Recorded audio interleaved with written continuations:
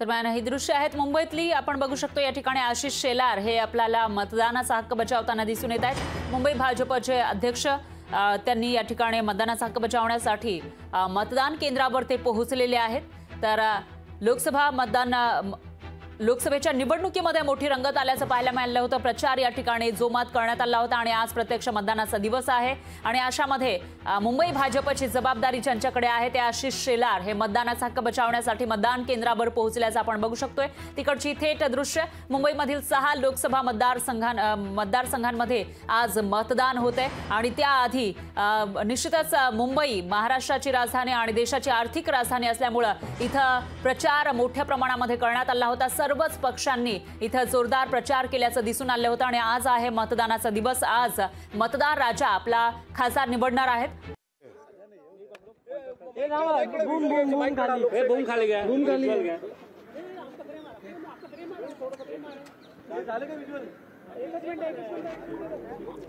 तर आशिष शेलार यांनी आपला मतदानाचा हक्क बजावलेला आहे आणि त्यानंतर शाई लावलेलं बोर्ड दाखवताना ते दिसून येतात। पहिली प्रतिक्रिया त्यांची काय असेल ते बघूया। सर आज मतदानाचा हक्क तुम्ही बजावलेला आहात, मतदारांना नेमकं आज काय आवाहन कराल? मी मतदारांना आवाहन हे नक्की करीन, लोकशाहीचा हा महोत्सव आहे। जगातील सगळ्यात मोठी लोकशाही व्यवस्था आपल्या भारतामध्ये भारतीय संविधानाअंतर्गत दिलेल्या अधिकारांतर्गत आहे आणि त्यामुळे या लोकशाही महोत्सवामध्ये सर्वांनीच पूर्ण सहभागी व्हावं, जास्त संख्येने सहभागी व्हावं आणि आपलं मतदानाचा हक्क जोरदारपणे त्या ठिकाणी बजावावा अशी मी आपल्या माध्यमातून सगळ्यांना विनंती करेन। मतदारसंघाकडे संपूर्ण देशाचं लक्ष आहे, कारण उज्ज्वल निकम हे जे देशामध्ये ख्यातनाम असलेले वकील आहेत ते रिंगणात आहेत। तर काय एकंदरीत कशी वाटते ही लढत? उत्तर मध्य मुंबईच्या या लोकसभा निवडणुकीमध्ये गेल्या काही दिवसात झालेल्या प्रचारात मतदारांचा जो उत्साह आणि सकारात्मक प्रतिसाद बघितला तर भारतीय जनता पार्टी महायुतीचे उमेदवार ॲडव्होकेट उज्ज्वल निकम यांचा विजय निश्चित आहे। या ठिकाणी मला मुद्दामून उल्लेख करायचा आहे, विशेषतः आमचे विरोधक महाविकास आघाडी आणि त्यातही उद्धवजी आणि उभाटा सेना यांनी प्रचारामध्ये मुद्द्यांचा, भाषेचा खालचा स्तर त्या ठिकाणी गाठला आणि त्यामुळे खालून पहिला नंबर हा उद्धवजींच्या पक्षाचा मुंबईत राहील। या पद्धतीचं चित्र 4 जूनला आपल्याला दिसेल। सर, महायुतीसाठी मुंबईचा पेपर नेमका किती सोपा वाटतोय? नागरिकांच्या गाठीभेटी घेण्यास सुरुवात केलेली होती। काल आदित्य ठाकरे यांनी आक्षेप घेतलेला आहे, त्यांचं म्हणणं आहे की आचारसंहितेचा भंग आहे आणि त्याच्यावर कारवाई व्हावी। उभाटा सेना, आदित्यजी, उद्धवजी प्रचंड घाबरलेले आहेत। मी असे पळपुटे उद्धवजी आणि त्यांचे कार्यकर्ते कधीच बघितले नाही।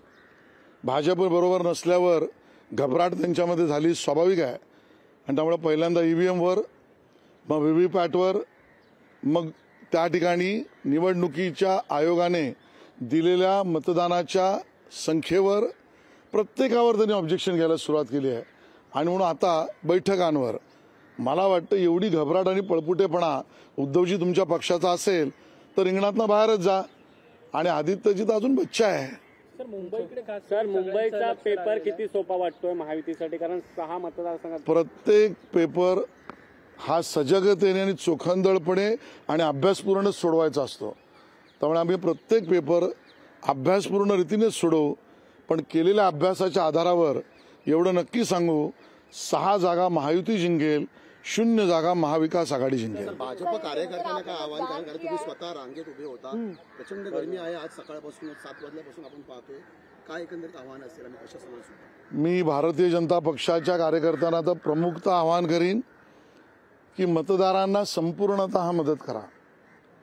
कायद्यात राहून, इलेक्शन कमिशन ऑफ इंडियाच्या डायरेक्शन्समध्ये राहून मतदारांना मतदार केंद्रापर्यंत पोहोचवणं, मतदान केंद्रावरच्या व्यवस्थांना मदत करणं आणि या पद्धतीने इलेक्शन कमिशनने केलेल्या कामाला संपूर्णतः सहकार्य करणं हे भाजपच्या कार्यकर्त्यांना मी निवेदन करीन आणि किंबहुना मुंबईकरांनाही निवेदन करीन की ही गरमी, ही रांग आपल्याला उद्याच्या उज्ज्वल भविष्यासाठी आवश्यक आहे आणि म्हणून जास्त पुढच्या 5 वर्षाचा, आपल्या पुढच्या पिढीचा, आपल्या विकसित भारताचा विचार करता या महोत्सवामध्ये थोडासा जरी त्रास झाला तर तो उद्याच्या भल्याचा आहे, हाच विचार मतदार करतील असा माझा विश्वास आहे.